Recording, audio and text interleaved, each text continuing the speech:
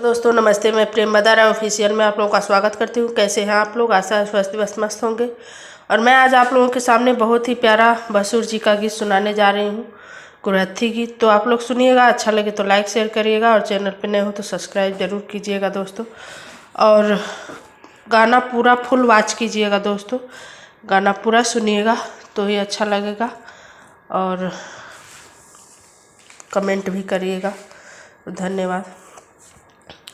लहंगा पहिरे, चुनरी पहिरे, औरो पहिरे साड़ी, बन्नी के भसुर मिलले अनाड़ी। लहंगा पहिरे, चुनरी पहिरे, औरो पहिरे साड़ी, बन्नी के भसुर मिलले अनाड़ी।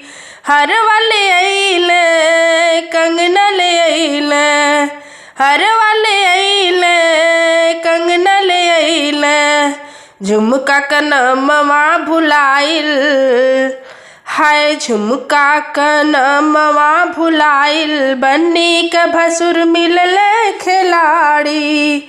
झुमका कनमवा भुलाइल, बन्नी के भसुर मिलले खिलाड़ी। लहंगा पहिरे, चुनरी पहिरे, औरो पहिरे साड़ी, बन्नी के भसुर मिलले अनाड़ी। लहंगा पहिरे, चुनरी पहिरे, औरो पहिरे साड़ी, बन्नी के भसुर मिलले अनाड़ी।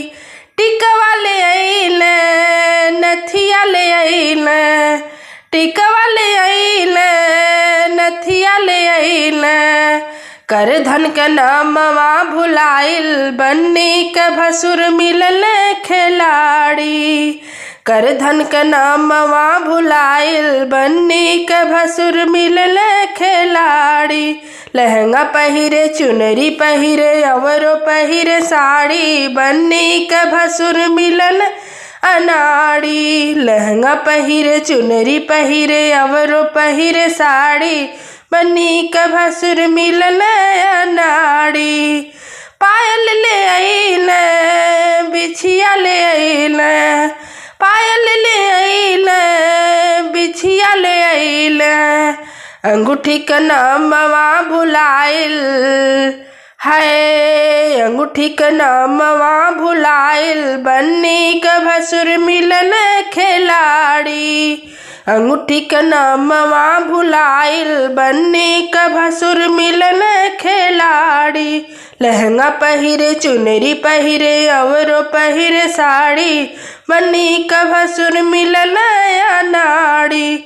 लहंगा पहिरे, चुनरी पहिरे, औरो पहिरे साड़ी, बन्नी के भसुर मिलले